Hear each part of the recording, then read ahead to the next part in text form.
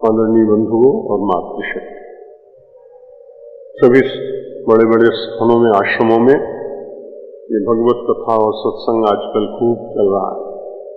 कल कृपातः काल मुझे स्वर्गाश्रम में, गीता भवन के वानप्रस्थ आश्रम में अपने खूब सुपरिचित और बड़े ही निष्ठावान ब्रह्मचारी जीवन व्यतीत करने वाले ऐसे आचार्य किशोर व्यास जी के कथा का मंगल प्रारंभ करने के लिए आमंत्रित किया गया।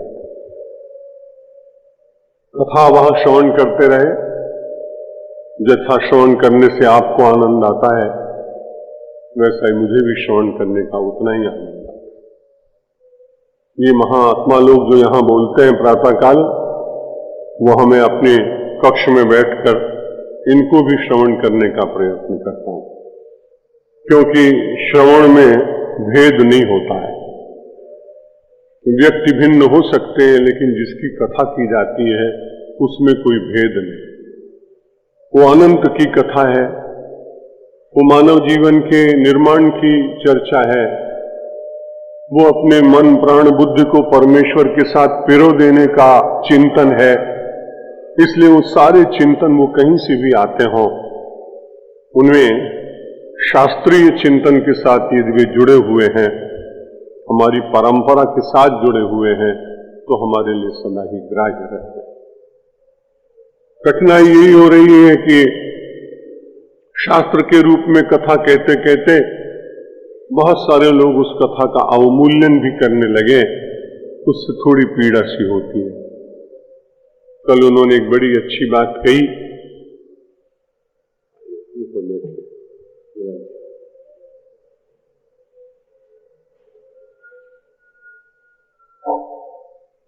हमारे नगर के बड़े सुप्रतिष्ठित हैं विद्वान, आए हुए हैं, बड़ा अच्छा लग रहा है। और आप देखते हैं हनुमान चालीसा का संसार में सबसे अधिक पाठ होता है। गणना करके देखें आप, तो आपको सबसे अधिक पाठक प्रतिदिन पाठ करने वाले स्वदेश और विदेश में लाखों की संख्या में। एक दिन मैंने विचार किया कि भाई इतने भगवान होने पर भी हनुमान जी का क्यों इतना सब लोग पाठ करते हैं। कुछ न कुछ अपने से ही प्रश्न करता रहता हूं, कुछ न कुछ उत्तर अपने भी आप मिलते भी रहते हैं। मैंने कहा कि हनुमान जी के पास एक वस्तु है, राम रसायन तुमरे पासा, सदा रहो रघुपति के दासा।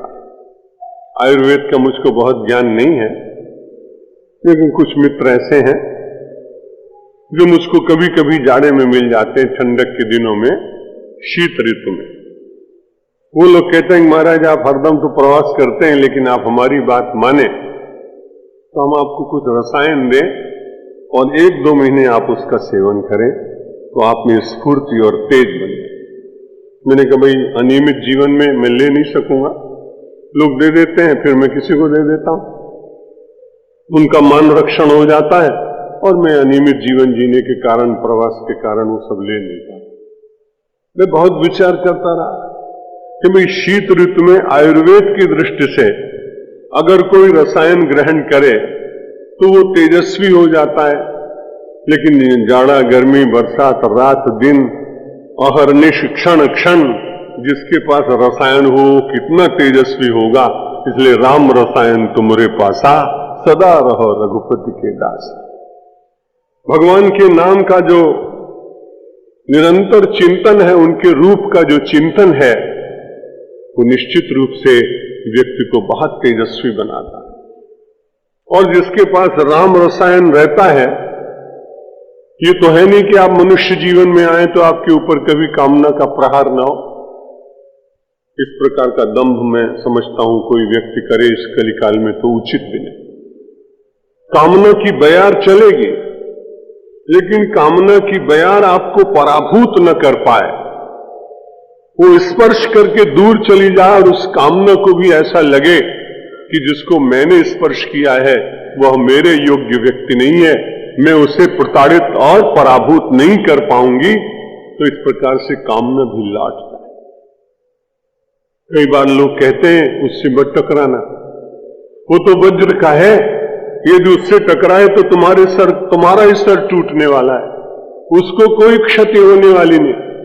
यदि राम कथा की रसायन, राम नाम का रसायन, वेदांत चिंतन का रसायन मुझे और आपको भली भांति प्राप्त होता रहे तो आप निश्चित मानिए, ऊपर से तो आप मानव बने रहेंगे, लेकिन अंतर से आप वज्र हो जाएंगे, और जब कामना आएगी तो टकरा के स्वयं चूर चूर होकर लौट जाएगी कि हमने ठीक व्यक्ति का चुनाव नहीं किया, हम ठीक व्यक्ति के पास नहीं पहुंचे।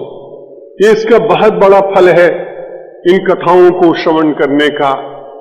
ऐसा नहीं कि मन में आवेग उत्पन्न नहीं होंगे। मनुष्य है, कुछ भोजन करते हैं, कुछ देखते हैं, कुछ पूर्व जन्म के संस्कार हैं, कुछ परिस्थितियां हैं, कुछ स्थान का प्रभाव है, उसके कारण व्यक्ति के मन में कभी रजोगुणी और कभी तमोगुणी विचार तरंगे उठेंगे, लेकिन उन विचार तरंगों के साथ वो प्रवाहित नहीं होगा। प्रवाहित हुआ तो भी अपने को रोक लेगा और अपने को परावर्तित करके अपने ठीक मार्ग पर पुनः चलने का प्रयत्न करने लगेगा। ऐसी शक्ति इन सब कथाओं के द्वारा प्राप्त होती है। आज अभी 2 मिनट पहले ये बड़े आनंद की बात है कि अपने देश के बड़े मूर्धन्य श्रीमद् भागवत के रसिक वक्ता और पीयूष जी जो वृंदावन के हैं, और आप सब लोग शायद पुरानी पीढ़ी के लोग जानते होंगे, पूरे देश में पंडित रामकिंकर जी उपाध्याय से भी अधिक यशस्वी जीवन जिन्होंने रामचरितमानस के द्वारा प्राप्त किया, उनका नाम था गोस्वामी बिंदु जी महाराज। उनकी मोहन मोहनी लाखों की संख्या में छपी और बिकी। उनकी परंपरा में उनके दौहित्र हैं पीयूष जी, बहुत अच्छे। 2 मिनट पहले ही मेरे पास आए, कथा करके लौटे परमार्थ निकेतन से, थोड़ी देर बैठे रहे, इसलिए 2 मिनट विलंब से भी मैं आ पाया। अब हम लोगों ने सोचा है कि प्रतिवर्ष यहां 15 मई से 15 जून तक सत्संग होगा, मासिक सत्संग हर वर्ष, और उसमें एक श्रीमद् भागवत की कथा निश्चित रूप से हुआ करेगी, और कोई मूर्धन्य तपस्वी और परंपरा प्राप्त जो लोग श्रीमद् भागवत की कथा करते आए, उनमें से किसी विद्वान को हम सब लोग आमंत्रित करेंगे। अगले वर्ष की कथा जो भागवत की निश्चित हो गई, आज ही पीयूष जी से बात हुई, वो 18 मई से और 25 मई तक अगले वर्ष भगवान आपको तब तक रखे, 100 वर्ष तक रखे। एक सत्संग नहीं, 100 सत्संग आप कर सकें, ऐसी हम भगवान से प्रार्थना करते हैं। ये प्रसंगानुकूल बात आई थी इसलिए आपको कहा। और वैसे आप जानते हैं कि मैं तो 40 वर्ष तक प्रवचन कर चुका हूं, इसलिए मुझे स्वयं व्यक्तिगत रूप से प्रवचन करने की अब कोई भीतर से इच्छा होती नहीं। श्रवण करने का आनंद तो आता है, पर बोलने का बहुत विचार होता नहीं। जिस संस्था के साथ बैठा हूं, आप उसके द्वारा आमंत्रित हैं या अपने आप आए हैं, अधिक मास में आए हैं, इसलिए फिर लगता है कि भाई समन्वय सेवा ट्रस्ट का अकारण अध्यक्ष बनने के कारण एक दायित्व ये भी है कि आप सबके साथ में कुछ आध्यात्मिक चर्चा मुझे करनी चाहिए। नहीं तो ये महात्मा लोग स्वयं बड़े अनुभवी हैं, विद्वान भी हैं, इनकी वाणी से ही आपको पूरा लाभ मिल जाना चाहिए, लेकिन अब क्रम निश्चित हो गया। अनुशासन में बहुत मानता हूं जहां तक हो सके। उस अनुशासन के कारण 9:15 बजे से और आगे के कार्यक्रम में मेरा नाम लिखा है बोर्ड के ऊपर, और बोर्ड पर जिसका नाम आ जाए उसको बहुत कठिनाई तो होती। तो आपसे चर्चा करते हैं श्री राम अपने अध्यात्म रामायण के अग्रिम प्रसंग की। श्री राम जय राम जय जय राम।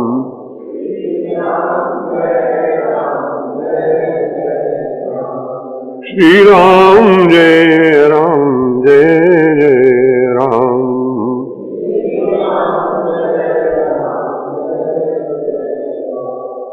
श्री राम जय राम जय जय राम।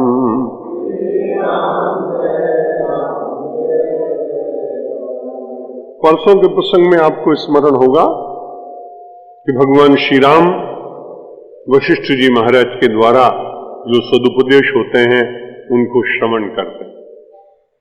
अपने राज्य का संचालन उस अवस्था में जितना बाल्यावस्था में किया जा सकता है मानसिक रूप से वो करते हैं, बाल लीला करते हैं, लेकिन अपने पिता से आज्ञा लेकर पूर्व कार्य करते हैं, बीच बीच में कथा सत्संग करते हैं। धर्म का सब लोग पालन कर रहे हैं। जैसे नित्य कथा सुनी जाती है, नित्य सत्संग किया जाता है, नित्य भोजन किया जाता है, नित्य स्नान करते हैं, नित्य परमात्मा के साथ जुड़ने का प्रयत्न होता है, ये सारी नित्यता मानव के जीवन में धर्म का आचरण करने से आती है। इसलिए श्लोक कहा गया था धर्मम भजस्व सततम, और उसकी पूरी व्याख्या हो चुकी थी। अब आगे की कथा प्रसंग में भगवान शंकर पार्वती जी को कह रहे हैं। इसमें पता नहीं लगता कि कौन कब उवाच आ जाता है।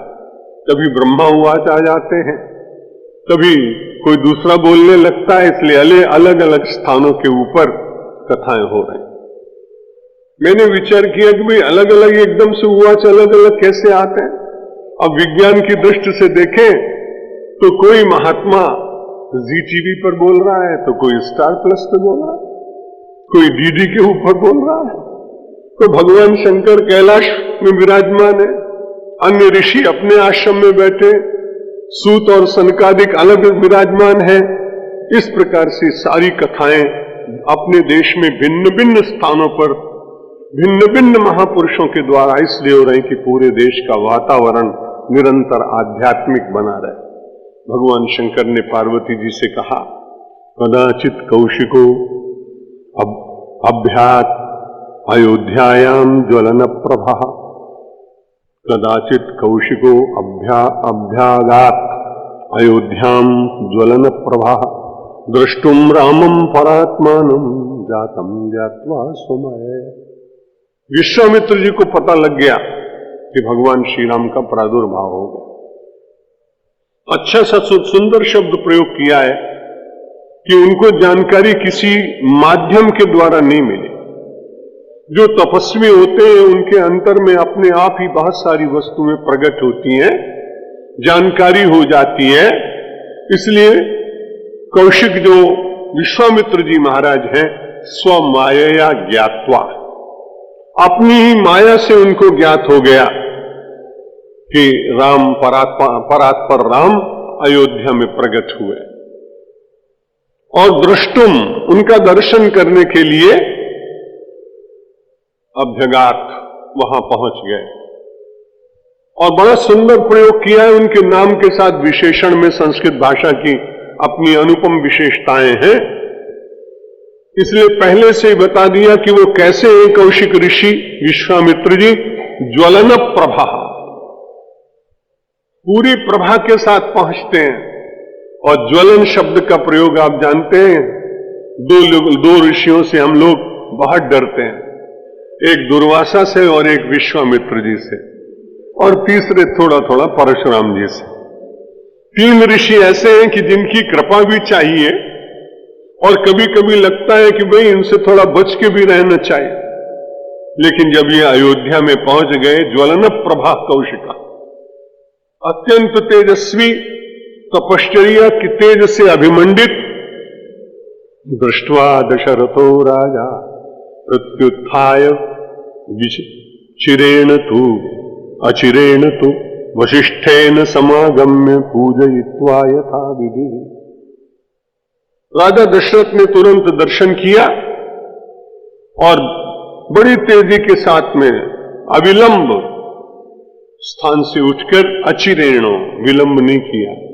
दूसरा कोई महात्मा होता शायद राजा दशरथ विलंब करते, लेकिन जब उन्हें मालूम पड़ गया ज्वलन प्रभा कौशिक जी महाराज पधारे हैं, तो अचिरेण तुरंत वो अपने आसन से उठे, और उठने के बाद में वशिष्ठेन समागम्य, और वशिष्ठ जी महाराज को लेकर साथ में, और पूजयित्वा यथा विधि। ऋषि का आगमन हुआ, राजा पूजन करता है। प्राचीन अपनी यही परंपरा है कि राजाओं का राज इसलिए अच्छा रहता था कि राजा के यहां जब भी ऋषि जाए तो ऋषि को यह अधिकार था कि वो कहीं भी घूमकर प्रासाद में देख सकता है। उन लोगों की अव्याहत गति होती थी। और जब राजा को मालूम था कि कोई ऋषि आएगा और मेरे प्रासाद में घूमेगा, तो उसको डर लगता था कि अपने इस महल में बार कैसे बनाएंगे, यहां पर मांसाहार कैसे चलेगा, क्योंकि ऋषि अगर देखेगा तो श्राप दे देगा। इसलिए शुद्ध भोजन, प्रासाद के बीच में भी प्रांगण में यज्ञशाला, प्रासाद के साथ में देवालय, प्रासाद के साथ में सत्संग भवन, कहीं पंडित हवन कर रहे हैं, कहीं कोई पाठ कर रहा है, कहीं कोई सत्संग हो रहा है। तो इस प्रकार के सारा कुछ देखने के कारण ऋषि दृष्टा होते थे राजा के, इसलिए राजा अपने आप अपने चरित्र को ठीक रखते थे। और राजा ने तुरंत उठकर वशिष्ठ जी के साथ में पूर्ण विधि पूर्वक और उनकी पूजा की। अभिवाद्य मुनिम राजा प्रांजलिर्भक्ति नम्रधि कृतार्थोस्मि मुनीन्द्राहम त्वद आगमन कारणात्। यह एक शब्द बहुत अच्छा है। हम सब लोग शरीर से तो कई बार नम्र होते हैं, लेकिन बुद्धि से नम्र नहीं होते। बुद्धि में अपना हम कुछ है, ये अभिमान मेरा बना ही रहता है, आपका बना रहता है। इसलिए राजा के संबंध में, दशरथ जी के संबंध में कहते हैं कि राजा ने जब प्रणाम किया तो भक्ति पूर्वक प्रणाम किया और नम्र धी ही, और अपने बुद्धि के अहंकार को भी नमित कर दिया।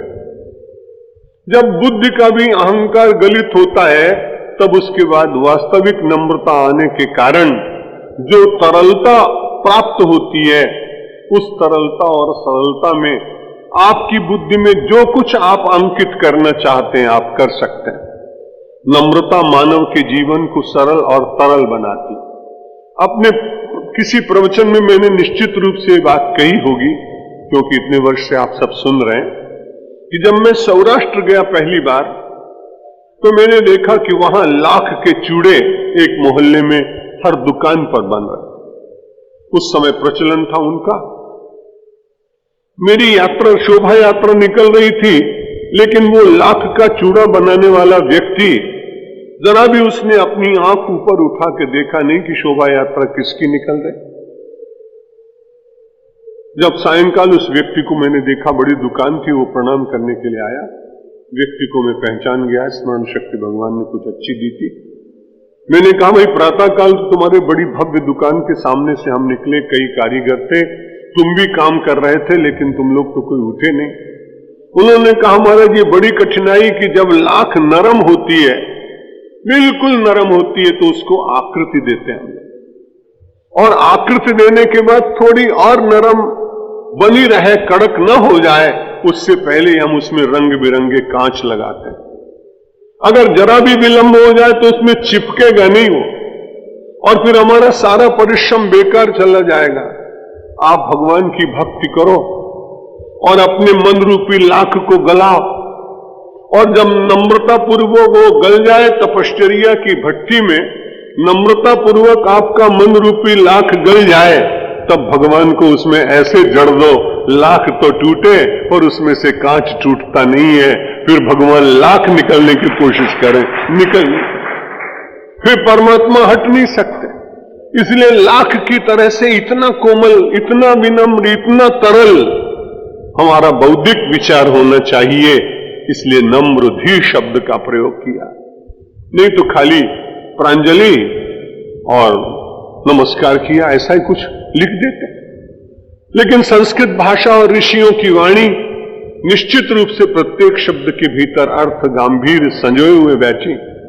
अभिवाद्य मुनिम राजा प्रांजलिर्भक्ति नम्रधि कृतार्थोस्मि, और मन में कहा और वाणी से भी कहा कि महाराज मैं कृतार्थ हो गया। कृतार्थ तो वो उसी दिन होगा जिस दिन भगवान ने अवतार लिया उनके घर में। उनकी तपश्चर्या उसी दिन सिद्ध हो गई, धन्य हो गए, कृतार्थ हो गए। लेकिन मन में विचार करते हैं कि जीवन में कृतार्थता तो सभी तभी मिलती है। गोस्वामी जी महाराज जी उस कृतार्थता का वर्णन एक पंक्ति में करते हैं। अकृतार्थ और कृतार्थ कौन है? नहीं दरिद्र सम दुख जग माही, और संत मिलन सम सुख जग नहीं। गोस्वामी जी महाराज कहते हैं दरिद्रता से बढ़कर कोई बड़ा दुख नहीं। आर्थिक दरिद्रता को तो आदमी मिटा भी सकता है, लेकिन मानसिक दारिद्र्य का नष्ट करना अत्यंत कठिन कार्य। आध्यात्मिक चिंतन और भगवत कथा, इन सब के द्वारा मानव के अंतर दारिद्र्य का विनाश होता है। इसलिए इनकी उपयोगिता जितनी प्राचीन काल में थी उससे भी अधिक आज दिखाई पड़ रही, क्योंकि पहले मानव के जीवन में टॉलरेंस, मानव के जीवन में धैर्य और सहिष्णुता अधिक थी। अभी अभी समाचार पत्र पढ़कर आ रहा हूं, उत्तर प्रदेश के एक आईएएस अधिकारी ने रात्रि को विष खाकर आत्महत्या कर ली। आप विचार करिए कि आईएएस बनने में कितना परिश्रम करना पड़ता है, कितनी प्रतियोगिताओं में हजारों आदमियों के बीच में कहीं एक व्यक्ति, दो चार व्यक्ति चुने जाते हैं, और जिलाधीश जैसे पद पर, कमिश्नर जैसे पद पर, अपने देश के प्रशासनिक सर्वोच्च पदों पर वो लोग रहते हैं, और वो व्यक्ति आत्महत्या करके समाप्त कर ले अपने को, तो सोचना पड़ेगा कि किसी दरिद्रता के क्षण में ही उसने ऐसे किया। दरिद्रता का अर्थ होता है अभाव। जब अभाव किसी सीमा पर पहुंच जाता है, तब व्यक्ति अपने मानव जीवन के प्राण और मानव जीवन के मूल्य को खो देता है। वो क्षण जब भी कभी किसी के जीवन में आ जाए तो विवेक रहता नहीं। इसलिए गोस्वामी जी महाराज कहते हैं कि भौतिक दारिद्र्य तो फिर भी मिट सकता है, लेकिन बौद्धिक और मानसिक दारिद्र्य आ जाए तो नहीं दरिद्र सम दुख जग माए। संसार में उससे बड़ा कोई दूसरा दुख नहीं। और संसार में सुख क्या है? संत मिलन सम सुख जग नाई। संत का समागम होना इससे बढ़कर कोई बड़ा अच्छा सुख नहीं।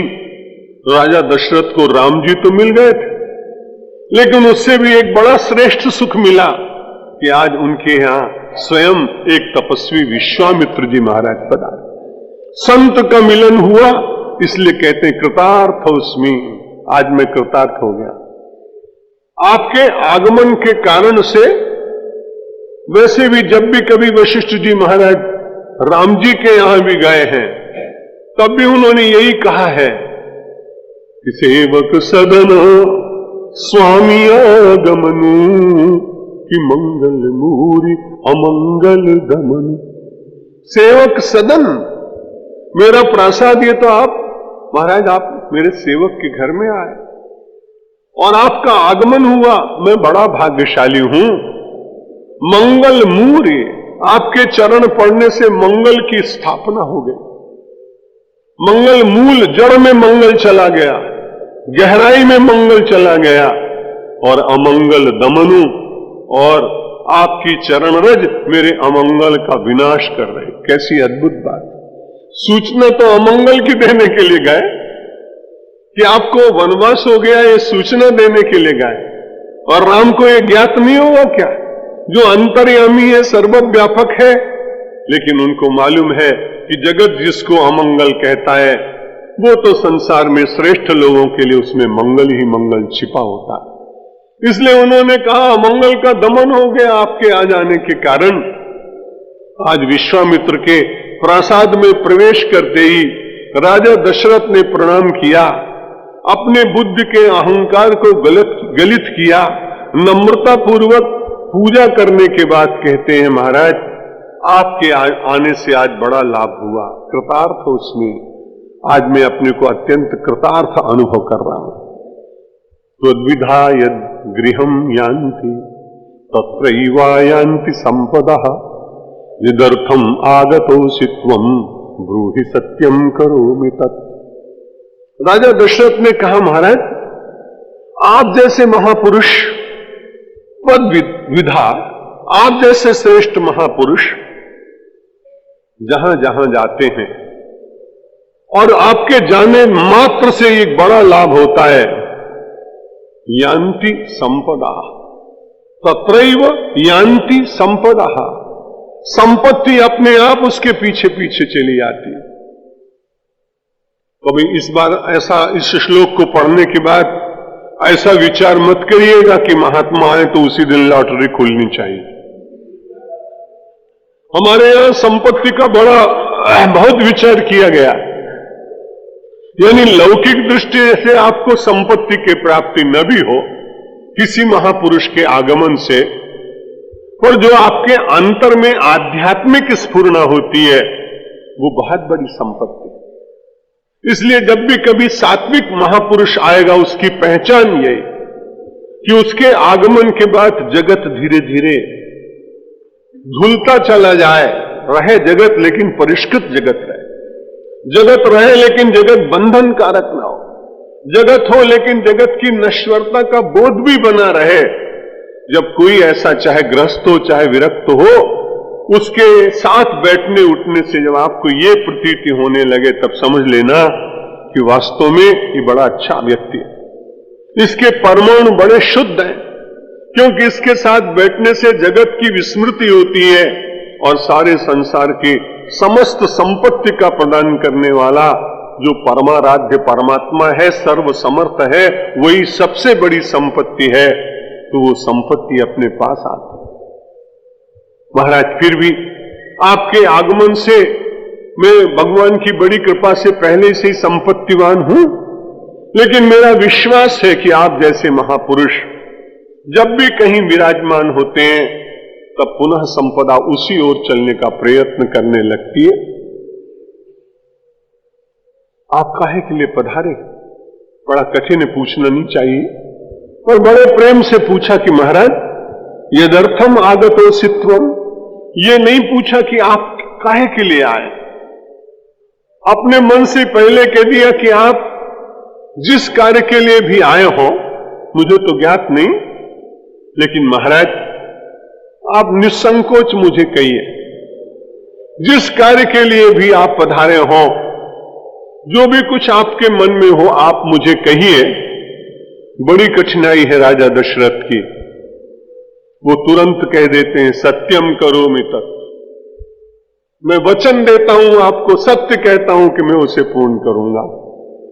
ये सत्य के कारण ही तो राम जी को वनवास देना पड़ा, कैकेयी के वचन जो दिए थे उनका पालन करना पड़ा। उनको मालूम है कि धर्म न दूसर सत्य समाना, सत्य के समान कोई दूसरा धर्म नहीं। इस बात को पूरी तरह से राजा दशरथ ने अपने जीवन में उतारा है। दशरथ की कथा, उनका महात्म्य, उनकी श्रेष्ठता आप अभी थोड़ी देर पहले हमारे आदरणीय रवि शास्त्री जी से श्रवण कर रहे थे। दशरथ की बड़ी महिमा है। दशरथ जी ने कहा तुम ब्रूहि, आप कहिए निसंकोच और मैं उसको पूर्ण करूंगा। विश्वामित्रोपि तम प्रीतः प्रत्युवाच महामति अहम पर्वणि संप्राप्ते दृष्ट्वा यष्टुम सुरान प्रति। बहुत अच्छा हुआ उन्होंने उत्तर दिया विश्वामित्र जी महाराज ने कि आपने बहुत यज्ञ किया, बहुत पूजा की, बड़े पर्वों पर बड़े बड़े अच्छे अच्छे आपने कार्य किए, और इन सब की जानकारी मुझको अपनी तपश्चर्या के काल में होती रही। और उसके बाद में मैंने विचार किया कि करूं क्या। मैं भी अपने आश्रम में यज्ञ करने लगा।